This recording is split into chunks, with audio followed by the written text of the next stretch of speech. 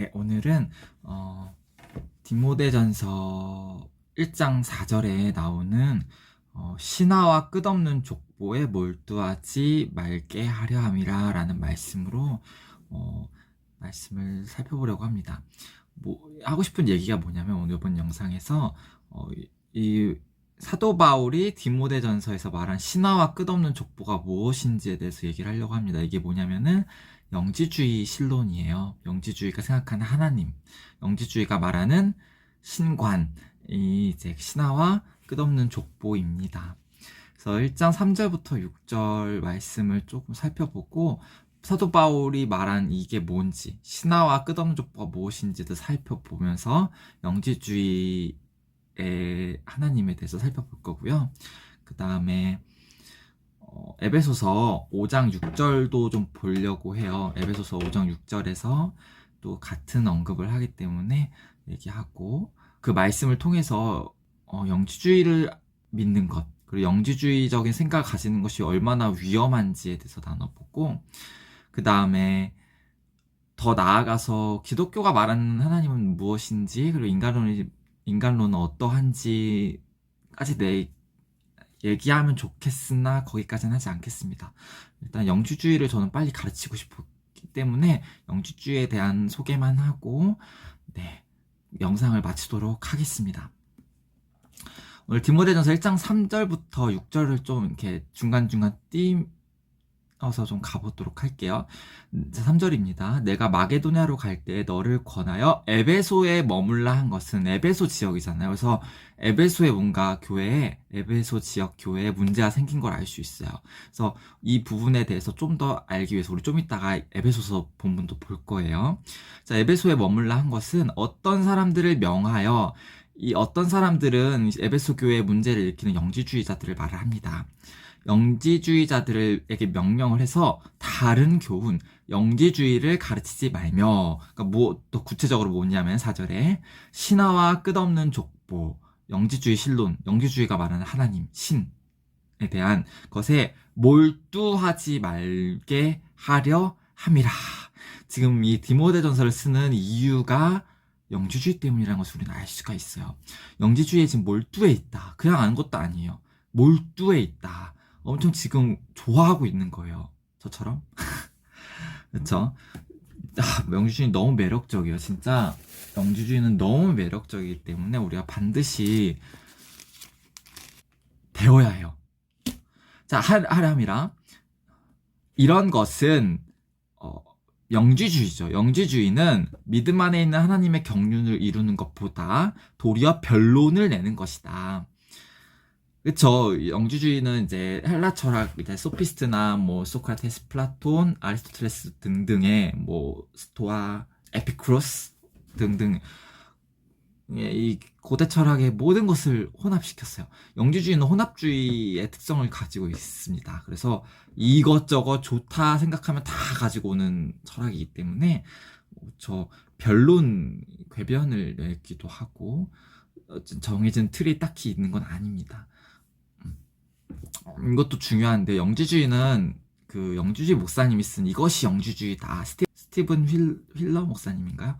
그 영지주의 교회를 담임하고 계신 목사님이 쓴 이것이 영지주의다라는 책에서도 분명히 언급하지만, 영지주의라는 것은 딱 이게 영지주의다라고 말하기도 애매한 사상입니다. 왜냐면은 너무 다양한 사상을 혼합하고 흡수하기 때문에 가장 공통적인 것을 우리가 좀 찾을 수는 있겠지만,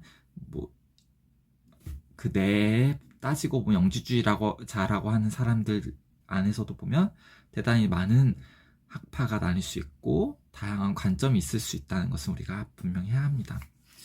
그래서 이제 6절을 가면은 사람들이 이에서 벗어나 헛된 말에 빠져 율법의 선생이 되려 하나, 성경의 선생이 되려고 한다는 거죠. 영지주의자들이 이제 성경도 흡수한 거예요. 영지주의가 기독교도 흡수를 해가지고 막 영지주의화 시킨 거예요, 복음을.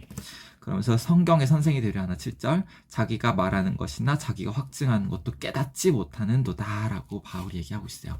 이러한 에베소 교회의 문제를 에베소서에서도 발견할 수 있어요. 에베소서 5장 6절에서도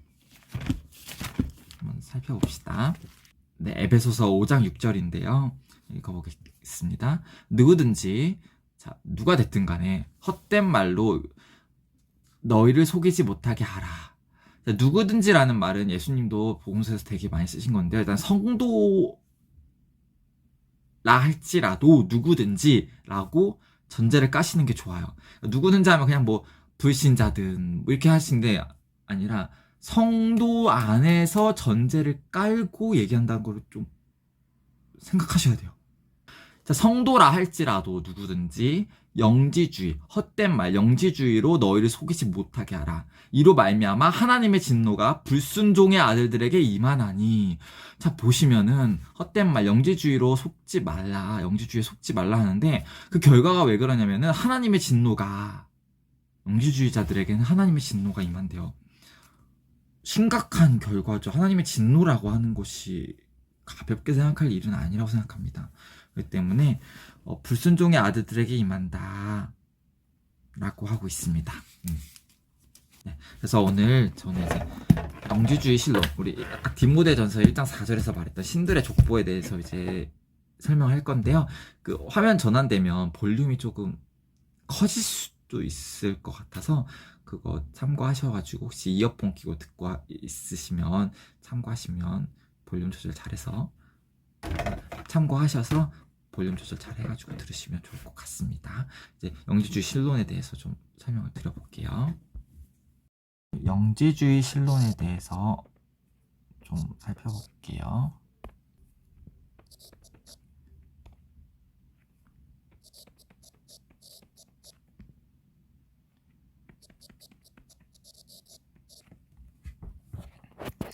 네, 영지주의가 믿는 신론에 대해서 살펴보겠습니다. 일단은 최고신 하나님, 그들이 생각하는 최고의 하나님이 있습니다. 바로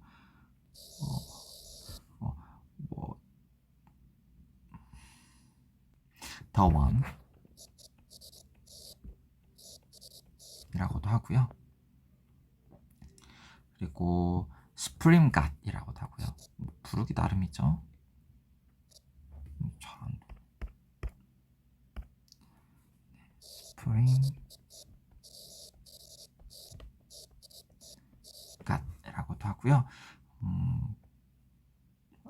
네, 그렇게 부르기도 합니다. 뭐 철학자들이 말하는 일자,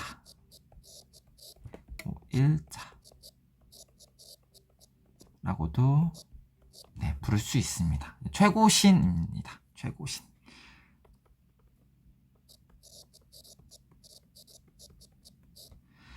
그래서 이 최고신은 어떤 신이냐면은 그 안에 남성성과 여성성이 충만한 자입니다. 약간 동물로 비유해보면 자웅동체라고 할 수 있을까요? 그래서 이 남성성과 여성성이 충만하게 있어서 이 신은 발출이라는 거를 합니다. 충만하기 때문에 발출이라는 걸 해서 자식을 낳습니다. 쌍으로 남성신, 여성신을 낳는데 남성신으로는 로고스라는 신을 낳습니다. 그래서 이거 이제 기독교에서 말하는 예수님이라고 이제 이들은 주장을 합니다. 영지주의자들은. 그리고 여성신으로서는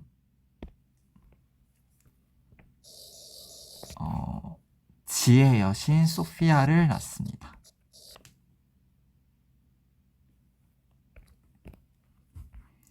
네, 여성. 그래서 지혜로 번역이 되죠. 지혜의 여신, 여자신이고요. 여기 로고스는 이제 예수, 영지주의자들이 말하는 예수님이죠. 그래서 이렇게 나와서 계속해서 발출이라는 거를 해요. 신들은 충만하기 때문에 발출하고 발출을 합니다. 그래서 이런 발출한 신들이 이제 이위격 신, 여기가 1등이에요. 1등 신, 2등 신, 3등 신. 3위 세계의 위격이 있고 그러한 신들이 점점 계속해서 발출을 해 나갑니다. 이렇게 있으면 또 이제 이 로고스랑 소피아가 또 신들을 배출할 거고, 그러면 또 점점 이렇게 신들이 많아져요. 네, 이렇게 많아질 겁니다. 그래서 이곳을 신들의 족보라고 불러요. 이거를 바울이 말했던 신들의 족보다.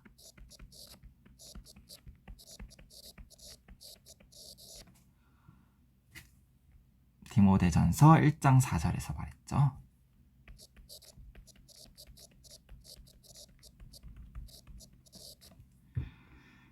그래서 이 안에 신들은요, 여러 개가 있어요. 여기도 있을 거고, 여기서 또 나와서 또 이렇게 나올 거고, 여러 명이 나올 겁니다. 영지주의자들마다 신들의 개수는 다를 수 있어요. 더 많이 만들어내면 자기가 더 신령한 지식을 많이 아니까 더 엘리트주의로 흐를 수 있겠죠. 36개의 신이 있다라고 하는 사람들도 있고, 365개의 신이 있다라고 하는 사람들도 있을 겁니다. 에온들이라고 해요. 그 신들을 에온들이라고 합니다. 그래서 여기 보시면은 최고신의 성품, 우리 하나님의 성품 중요하잖아요. 하나님의 속성. 영지주의자의 하나님의 속성은요, 이렇게 충만하고 발출을 한다라는 것. 그리고 남자랑 여자랑 이렇게 같이 남성성과 여성성이 같이 공존하잖아요. 그래서 어떤 자웅동체라고도 얘기를 했는데, 제가 어떤 동성애적인 그런 것을 갖고 있어요. 그리고 성적으로 혼합되어 있습니다. 성적 혼합주의. 그러니까 남자면서 여자니까 상당히 애매한 캐릭터가 되잖아요. 그래서 이러한 관계 속에서 최고신의 성품은 우리가 닮아야 되는 건데, 영지주의자들도 똑같죠. 기독교인들이 하나님의 성품을 닮으려고 하는 것처럼 영지주의자들도 최고신의 성품을 닮아야 된다고 생각을 하고 믿어요. 그렇기 때문에 이런 동성애를 상당히 옹호하고, 그리고 성이 해체되는 것을 상당히 옹호합니다. 성적인 해체, 해방, 성적 해방을 상당히 강조해서 쾌락주의로 흘러서 어떤 난잡한 성생활이 옳다라고 주장해요. 왜냐하면 자신들이 믿는 최고신이 그런 존재이기 때문이에요. 남성성과 여성성이 뒤죽박죽 섞여 있는 혼합된 신이기 때문이죠. 그로 인해서 어떤 문제가 발생하냐면, 창조 질서, 우리 성경에 하나님의 만들어내신 남성과 여성이 결혼을 하는 거, 한 명씩 결혼하는 그런 창조 질서를 부정하고 파괴합니다. 그래서 이런 것들이 되겠죠. 그럼 이제 문제는 이 소피아인데요. 소피아가 이제 중심부에서 멀어질수록 점점 힘이 약해지는 건데, 이 소피아, 이 3등였잖아요. 3등 신. 점점 이렇게 멀어질수록 이제 힘이 약해지는 거예요. 신들이. 서열도 떨어지는 거고. 이 그림을, 이 신들의 족보를 플레로마라고 하는데, 네, 헬라어로는 이렇게 쓸 거예요.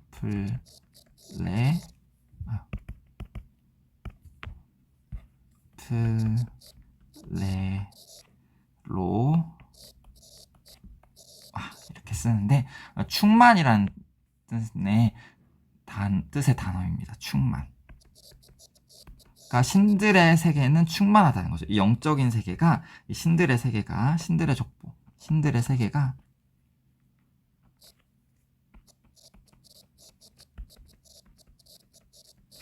충만한 세계다. 영적인 세계다. 영적인 세계. 영지주의자들은 신이 육체를 가지고 있지 않다고 믿었기 때문에 영적인 세계, 충만한 세계, 이렇게 생각을 해요. 근데 이제 문제가 뭐냐면은,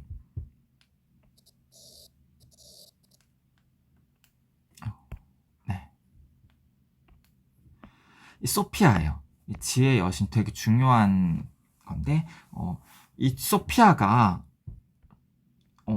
영지주의자들에 따르면 이 1등 신의 자리를 넘봅니다.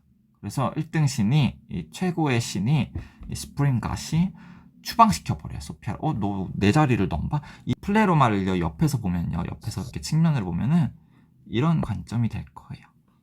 최고 신이 있고 1등 로고스랑 소피아, 그리고 이렇게 피라미드 형식으로 되어 있을 거예요. 이렇게 서열이 있으니까 이렇게 쭉쭉 발출이 되겠죠. 옆 측면에서 보면. 그래서 이렇게 있는데 소피아가 있으면 소피아가 이제 여기 올라가고 싶은데 일자가 이제 추방시킨 거예요. 너 저기 강등시켜버린 거예요. 저기로 가. 내 자리를 넘봐? 이렇게. 그래서 소피아는 추방이 됩니다. 그래서 지혜였던 소피아는 추방되고요. 추락하게 되고, 그리고 소외되게 됩니다. 그래서 영지주의자들은 소외된 이 소수자들을 되게 중요시해요. 어떤 사회적 소수자들. 근데 뭐 예를 들면 아까 말했던 동성애자들이나 뭐 어떤 뭐 그밖에 뭐 소수자들 소중하게 여기는데 이거 좀 약간 다르죠. 기독교랑. 기독교들은 소외자들을 소중히 여겨요. 고아와 가부와 나그네를.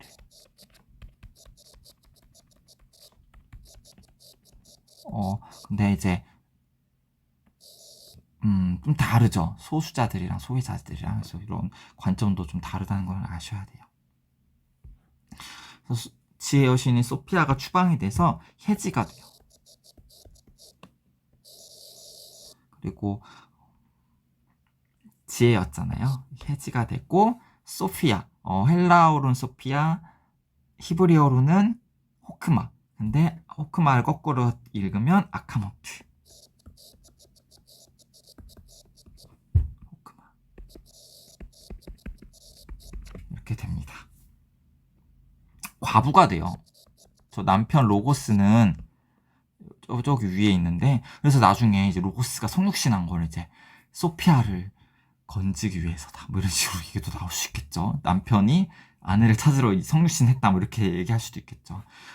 말이 안 되는 소리지만. 그래서 이 영적 세계가 있고, 이런 영적인 세계가 있고,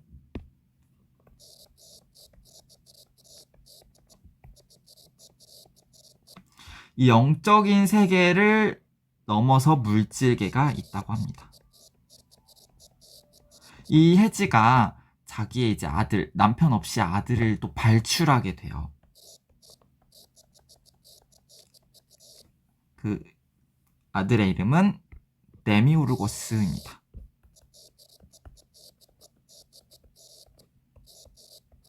대장장이라는 뜻의 단어인데요. 대장장이. 많이 들어본 대장장인데, 왜 대장장이냐면은 물질계를 창조한 거예요. 그래서 기독교인이 믿는 이 세상을 창조한 창조주가 이 데미우르고스라고 설명합니다. 되게 수치스러운 거예요. 왜냐하면 영적인 세계가 선이고, 영지주의자들에게 물질 세계는 악한 세계인데, 이 악한 세계를 만든 창조주. 그러니까 영지주의자들에게는 우리 기독교인이 말하는 믿는 성부 하나님은 가장 열등한 신이고, 왜냐면 추방됐잖아요. 그래서 열등한 상태에서 과부가 된 상태에서 낳은 아들이 만든 세계이기 때문에 최하신, 최열등신. 인데 그걸 이제 기독교인들은 최고신으로 믿는다고 하면서 우리 기독교인을 무시하고 모욕하죠. 그래서 이 데미우르고스가 또 발출을 합니다. 또 신이니까 발출을 하는데 그 발출한 게 바로 물질계인 지구인 거죠. 영적인 존재가, 신령한 존재가 물질계를 이제 창조했어서 이들에게 천지창조는 수치입니다. 영적인 것이 영은 영을 낳아야 하는 것을 물질계를 낳았다고? 오, 수치야. 쟤 진짜 너무 천지창조 너무 수치스러운 역사야. 이렇게 얘기하는 거죠. 그래서 어쨌든 발출을 할 때도 또 남자랑 여자를 만들어야 되잖아요. 그래서 만든 남자가 아담이에요. 영주주의 따르면. 그리고 또 여자를 또 만들어야 되잖아요. 그것이 이제 하와가 됩니다. 그래서 이제 아담과 하와가 만들어지게 되는데, 아담은 이 데미우르고스를 자기를 만든 신을 되게 좋아했잖아요. 선악을 알게 하는 나무 열매를 먹지 않으려고 했으니까. 그래서 영지주의자에게는 아담은 제일 열등한 신인 데미우르고스를 신앙한 믿은 자이기 때문에 되게 별로인 인간이에요. 근데 여자는 이 사탄을 이제 로고스로 봐요. 그렇기 때문에 하와는 신령한 지식을 깨달아서 일로 넘어가려고 했던 거잖아요. 최고 신에게로 영적인 세계를 알아봤고, 그래서 이 데미우르고스에게 반역하고, 그래서 되게 뛰어난 자가 돼요. 이제 하와는 그래서 여자를 더 우선시합니다. 여기서 페미니즘이 나올 수 있겠죠. 그리고 페미니즘에서 숭배하는 여성신이 바로 이 소피아입니다. 뭐 가이아라고도 부르기도 하고요. 이름이 한번 바꾸면 그만이니까. 그래서 이렇게 요거를 근데 우리는 알죠. 이런 건 없다는 거. 이런 게 없다는 건 우리는 알잖아요. 그렇죠? 이런 건 없죠. 그래서 고린도전서에서 사도 바울은 여기를 넘어서지 마라. 넘어선 자. 어디서 말을 해요? 고린도전서 4장 6절에서요. 넘어가지 말라. 이런 거 없다. 이런 거 없다. 이런 플레로마 없다. 우리에게는 창조주 하나님과 아담과 하와 지구 이렇게만 보면 된다. 이런 신령한 세계 같은 거 없다. 라고 얘기를 했죠. 네, 이렇게 영지주의 신론에 대해서 살펴보았는데요. 생각보다 시간이 많이 걸려가지고 더 이상 영상을 길게 만들면 안 되겠다는 생각이 드네요. 그래서 그 신론 잘 기억하시고 그런 건 없다. 이런 영지주의 신론 같은 건 없다라는 거 아셔야 되고, 근데 오늘 제가 하려고 했던 게 영지주의 인간론까지 하려고 했었는데, 영지주의 인간론 이 책 보시면 정태모사 쓰신 칼융의 심리학과 영성이라는 책인데, 여기 보면 칼융이 영지주의잖아요. 생각했던 그 인간의 내면이거든요. 이렇게 보이나요? 보시면은 뭐 정확하게는 모르셔도 되는데, 이 그림 보면 아까 그 신들의 족보랑 좀 비슷하지 않나요? 좀 무섭네. 이렇게 보면 좀 이렇게 신들의 족보랑 모양이 비슷하다는 느낌이 드실까 모르겠어요. 저 딱 보면서 약간 신족이랑 좀 비슷한데, 그래서 보시면은 좀 약간 닮았다. 그러니까 신론이 곧 인간론이다. 이렇게 인간론에 대입했다. 영지주의 신론을 인간론에 대입해서 생각했다라는 것을 우리가 좀 볼 수가 있거든요. 그래서 좀 살펴보셔가지고 영지주의에 빠지시면 안 된다. 이런 재밌잖아요. 저 가르치면서 너무 재밌어서 지금 재밌었는데, 이런 거에 빠지면 안 된다라는 걸 기억하셨으면 좋겠고,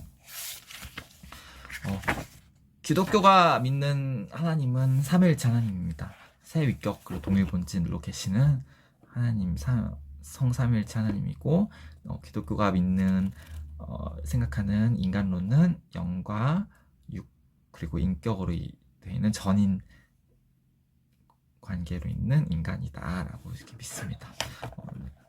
더 자세한 설명은 나중에 할 수 있으면 하면 좋겠습니다. 그래서 오늘 영지주의 신론 디모데전서 1장 4절에서 사도 바울이 얘기했던 신들의 족보가 무엇인지에 대해서 살펴보았는데요. 좀 더 재밌었으면 좋겠어요. 재밌다. 그리고 참 매력적이구나. 그리고 빠지면 안 된다. 아까 말했듯이 하나님의 진노가 영주주의자들에게 임한다고 사도 바울이 얘기했던 게 얼마나 위험하고 무서운 말인가 라는 것을 좀 생각했으면 좋겠다라는 생각을 하면서 오늘 영상을 마치도록 하겠습니다.